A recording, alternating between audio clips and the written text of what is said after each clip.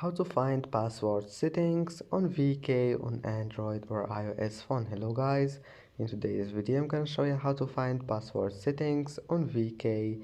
First open VK and then click on your profile here. After that click these 3 points and then click edit profile. Once you're here, scroll down until you find the security and scroll down again, and here we'll find password. Now just click on it and enter your new password here, and that's it. And that's it for today's video. If you like this video, please don't forget to like and don't forget to subscribe, and thank you for watching this video until the end, and see you in the next video.